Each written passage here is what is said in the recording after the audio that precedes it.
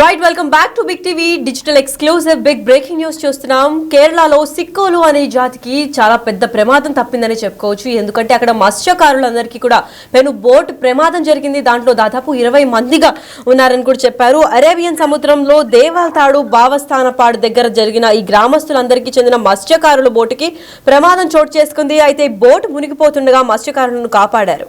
మరో బోట్లోనూ మత్స్యకారులు సురక్షితంగా ఉండడానికి ఒడ్డుకు మరో 20 మందిని మత్స్యకారులందరినీ వేరే బోట్లు తరలించారు. అయితే కేరళలో ఉన్న తమ వారికి ఏమైందోనని ప్రతి ఒక్కరు కూడా భయాందోళనకు గురవుతున్నారు.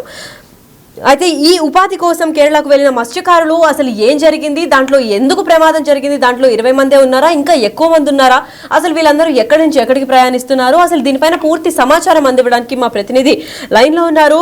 చెప్పండి రాము, ఎక్కడ జరిగింది, అసలు ఈ సముద్రంలో 20 మంది ఉన్నారు, ఆ బోటు ప్రమాదం జరగడానికి కారణాలు ఏంటి, దీని గురించి పూర్తి అప్డేట్స్ ఏంటి? లక్ష్మి 2000 నుంచి దేశవ్యాప్తంగా కూడా గుజరాత్ పాటు కేరళ, మద్రాసు చుట్టుపక్కల ప్రాంతాలకి ఎక్కడున్న శ్రీకాకుళం మత్స్యకారులు చాలా మంది కూడా జీవనోపాధి కోసం వెళ్తూ ఉంటారు. ఇదే సమయంలో వారికి సంవత్సరానికి ఏడాదికి ఒకసారి 2 సార్లు మాత్రమే ఊరికి వస్తుంటారు. అయితే ఈ శ్రీకాకుళం సంబంధించి భావనపాడు సంతబొమ్మని మనం భావనపాడు కింద కొంతమంది మత్స్యకారులు కేరళలో కూడా జీవనోపాధి కోసం వెళ్ళారు. కొంతకాలంగా కూడా అక్కడ వేరే బోటు యజమాని దగ్గర వీళ్ళు మత్స్యకారులు ఉపాధి కోసం పనిచేస్తున్నారు. అయితే నిన్న సముద్రంలో వేట కోసం వెళ్ళే మత్స్యకారులకి సంబంధించి కూడా సముద్రం మధ్య వెళ్ళేసరికి బోటు ప్రమాదం జరిగింది. దీంతో మొత్తం వాటర్ అంతా కూడా సముద్రం బోట్లోకి లీక్ అవుతున్న సమయంలో కూడా మొత్తం బోటు వైపు అంతా కూడా మునిగిపోవడం జరిగింది. ఇదే సమయంలో కూడా బోటు ఎదురుగా వస్తున్న మరో బోటు వాళ్ళు కూడా చేపల వేట కోసం పక్కనే వేట చేస్తున్నారు. ఇదే సమయంలో ఏదైతే శ్రీకాకుళం చెందిన మత్స్యకారులు చేస్తున్న బోటు మునిగిపోవడం ఇదే సమయంలో గమనించిన మత్స్యకారులు అంతా కూడా వీళ్ళని రక్షించి చేశారు.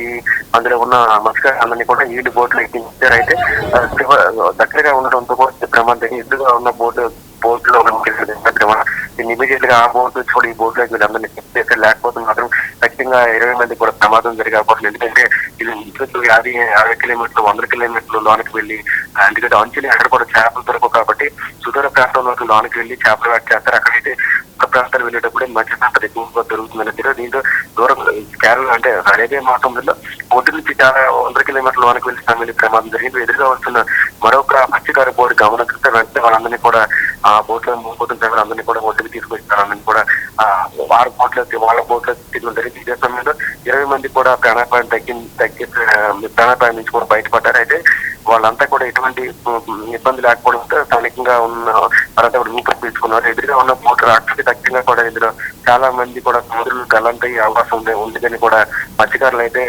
భయాందోళన వ్యక్తం చేశారు. అయితే తమ కుటుంబ సభ్యులకి ఏమైందని కూడా మొత్తం అంతా కూడా ఇక్కడ భావనపాడు సంబంధించిన సంతబొమ్మకి చెందిన ఈ 20 మంది మత్స్యకారు కుటుంబాలు అయితే ఆందోళన వ్యక్తం చేస్తున్నాయి. వీరు ప్రస్తుతానికైతే వీళ్ళంతా కూడా స్థానికంగా ఉన్న మత్స్యకారు కుటుంబాలకు ఫోన్ చేసి కొట్టేస్తుంది, ఎవరికి ఏం కాలేదు.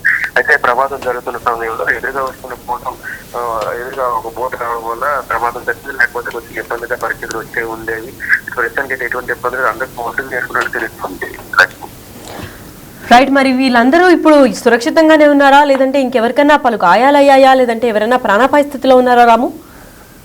అంటే ఖచ్చితంగా వీళ్ళకి ప్రాణాపాయ స్థితి వచ్చే ఉండేది.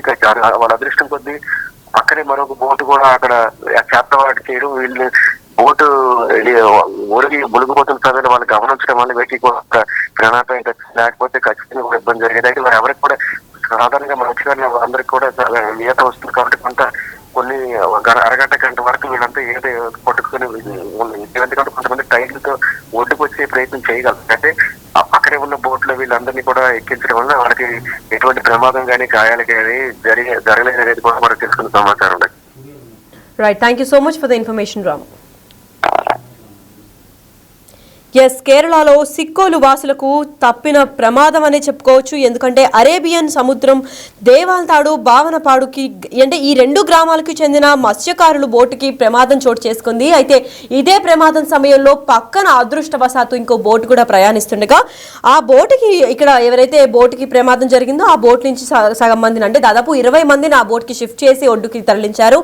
లేదు అదే సమయానికి అంటే ప్రమాదం జరిగే టైంకి కానీ ఇంకో బోట్ అందుబాటులో లేకపోయింటే అక్కడికక్కడే ఆ 20 20 మంది కూడా ప్రాణాలు కోల్పోయే సిచ్యువేషన్ అయితే కనిపిస్తుంది. ఎందుకంటే బోటు మునిగిపోతుండడంతో మత్స్యకారులను కాపాడాలి అనుకుని పక్కన వెళ్తున్న బోట్ సహాయ చర్యలు చేపట్టింది. లేదు అని అదే సమయంలో ఇంకో పక్కన ఉండే బోట్ కొంచెం స్పీడ్గా లేదంటే కొంచెం ఆలస్యంగా వచ్చినా కానీ ఆ బోట్ పూర్తిగా మునిగిపోయి అక్కడ ఉన్న వాళ్ళందరూ కూడా ప్రాణాలు కోల్పోయేవారనే సమాచారం అందింది.